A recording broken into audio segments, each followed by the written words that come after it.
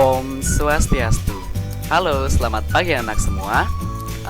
Pada hari ini kita akan kembali belajar bersama pada materi di tema yang kedua, subtema ketiga, pembelajaran kelima dan keenam.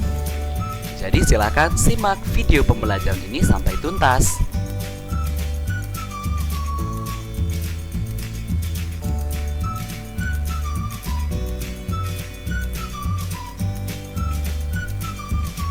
Pada video pembelajaran kali ini, anak-anak masih akan kembali membahas materi mengenai wawancara. Bagaimana cara menulis atau membuat daftar pertanyaan untuk wawancara, dan bagaimana cara menulis atau menyajikan laporan teks wawancara. Menulis informasi dari hasil wawancara dengan ejaan yang tepat. Hari ini, Siti dan teman-temannya akan berkunjung ke tempat penjualan tanaman. Mereka mendapat tugas untuk mewawancarai penjual tanaman. Siti dan Edo mengenal penjual tanaman di dekat sekolah. Nama penjual tanaman tersebut adalah Pak Didi. Nah, seperti pada video sebelumnya anak-anak, untuk dapat melakukan wawancara, sebelumnya anak-anak harus menyiapkan yang namanya daftar pertanyaan. Nah, daftar pertanyaan dibuat berdasarkan kata-kata yang mengawali kalimat tanya. Contohnya, apa, siapa, di mana, mengapa, kapan, dan bagaimana.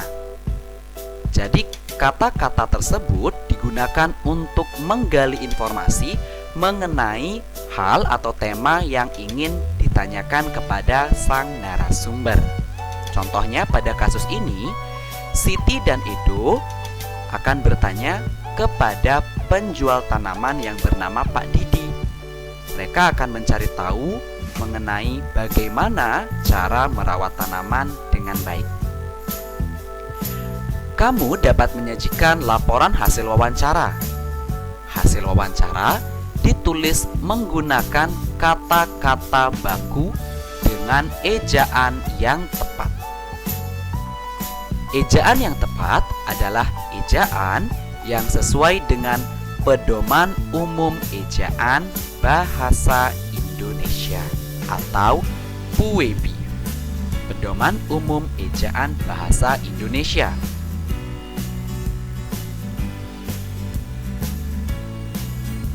Nah, pada video sebelumnya, anak-anak juga sudah belajar mengenai peranan dan hak kewajiban dari setiap anggota keluarga. Jadi, setiap anggota keluarga itu memiliki hak dan kewajiban yang harus dilaksanakan anak-anak. Semua kewajiban itu dilaksanakan dengan tulus dan bersungguh-sungguh. Jadi, segala kewajiban yang merupakan tugas kita harus dilaksanakan dengan penuh rasa tanggung jawab. Jika hak adalah segala sesuatu yang wajib dan berhak kita terima setelah melaksanakan kewajiban. Hak setiap anggota keluarga juga sebaiknya dapat diterima dengan baik. Kewajiban dan hak harus dilaksanakan dengan seimbang anak-anak. Jadi, kalian boleh menuntut hak apabila sudah melakukan kewajiban. Jadi kewajiban dan hak itu dilaksanakan dengan seimbang sesuai dengan pengamalan sila kelima Pancasila.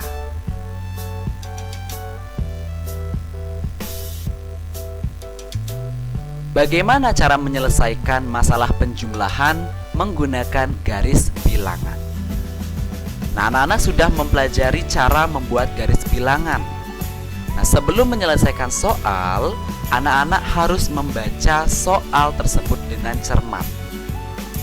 Yang kedua, membaca soal, kemudian membuat kalimat matematikanya. Nah, kalimat matematika itu maksudnya adalah mengubah kalimat menjadi bentuk pernyataan soal. Kemudian, selanjutnya kita dapat melakukan penyelesaian menggunakan garis bilangan. Contoh seperti berikut. Nah, untuk menyelesaikan soal cerita, kita perlu memperhatikan bilangan-bilangan yang akan dijumlahkan. Bilangan-bilangan tersebut akan menentukan panjang dari panah yang akan kita gambar di atas garis bilangan. Nah, contohnya seperti ini anak-anak. Panjang sebuah ranting kayu 5 cm. Panjang ranting kayu berikutnya adalah 6 cm. Berapakah panjang kedua ranting kayu tersebut? Nah, jadi untuk dapat menggambar atau membuat garis bilangan ini anak-anak, berapa jumlah atau banyak bilangan yang harus kita cantumkan dalam garis bilangan ini? Kan seperti itu. Nah, caranya adalah ketika anak-anak sudah membaca kalimat atau soal ini dengan cermat, kemudian anak-anak dapat mengubah kalimat ini menjadi bentuk matematika. Nah, bentuk kalimat matematikanya seperti ini anak-anak.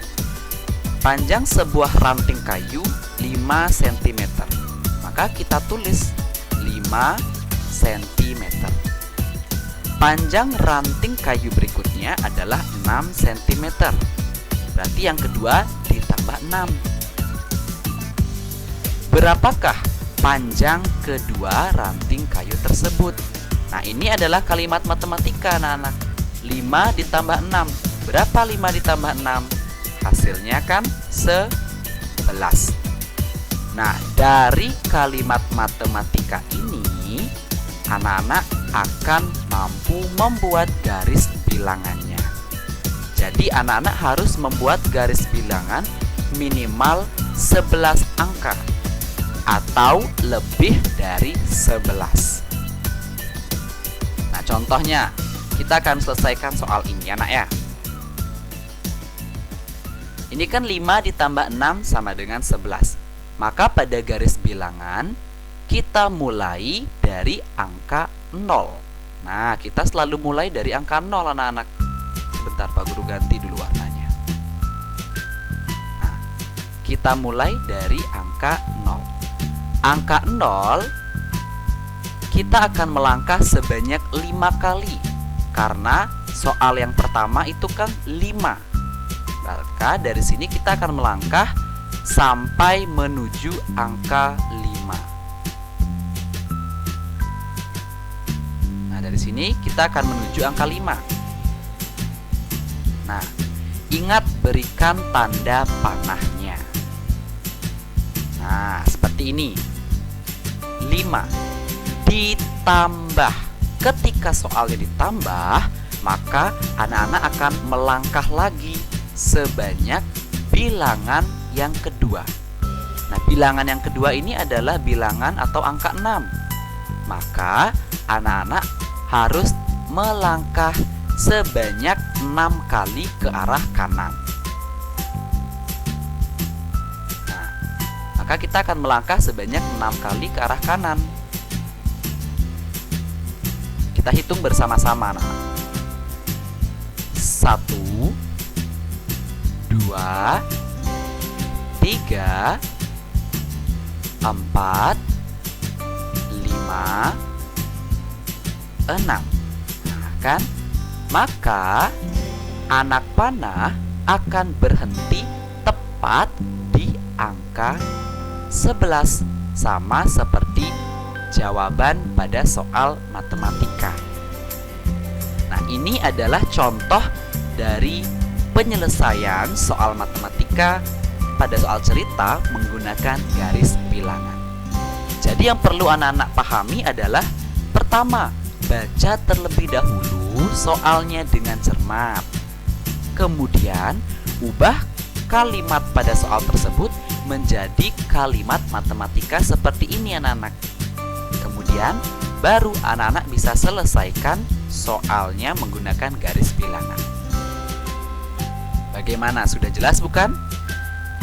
Jadi jika anak-anak masih ragu, dapat tanyakan kepada Pak Guru melalui grup WhatsApp atau langsung di WhatsApp-nya Pak Guru ya. Baik, kita lanjutkan anak-anak.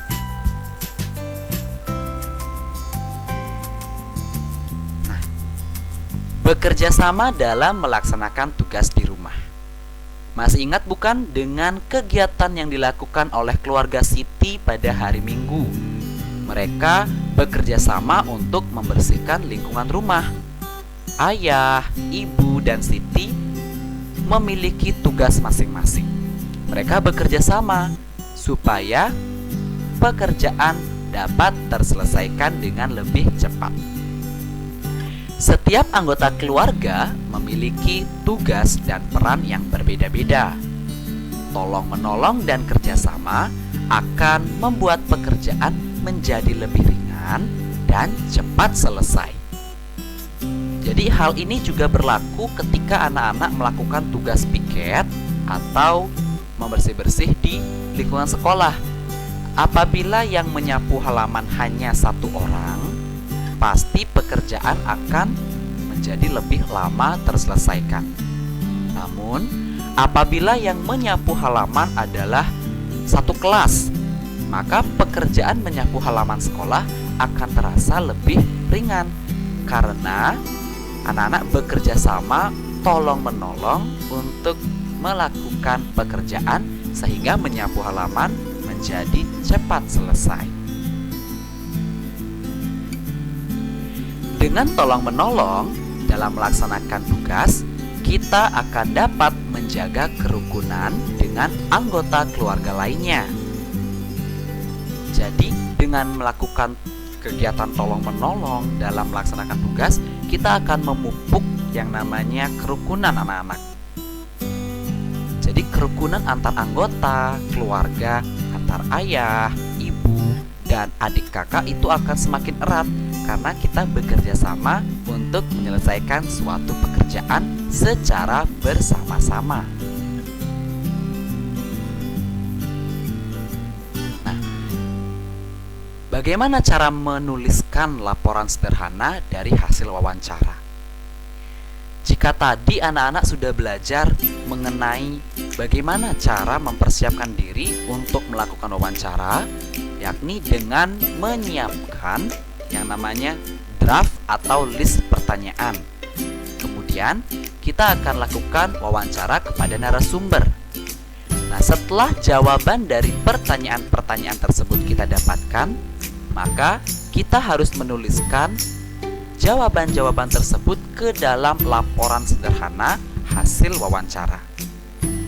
Nah, jadi setelah mendapatkan hasil wawancara berupa jawaban dari narasumber, kita harus membuat laporan dari hasil wawancara anak-anak.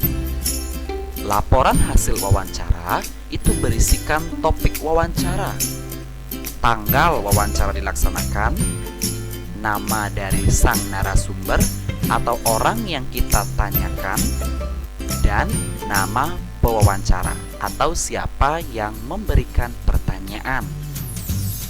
Ini harus anak-anak cantumkan dalam laporan hasil wawancara supaya kebenaran dari hasil wawancara dapat dibuktikan.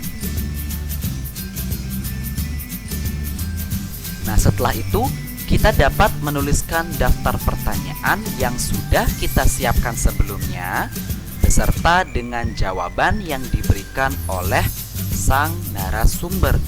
Jadi jawaban pertanyaan, jawaban pertanyaan, jawaban pertanyaan, sehingga pembaca akan lebih mudah mengetahui hasil dari wawancara yang telah anak-anak lakukan.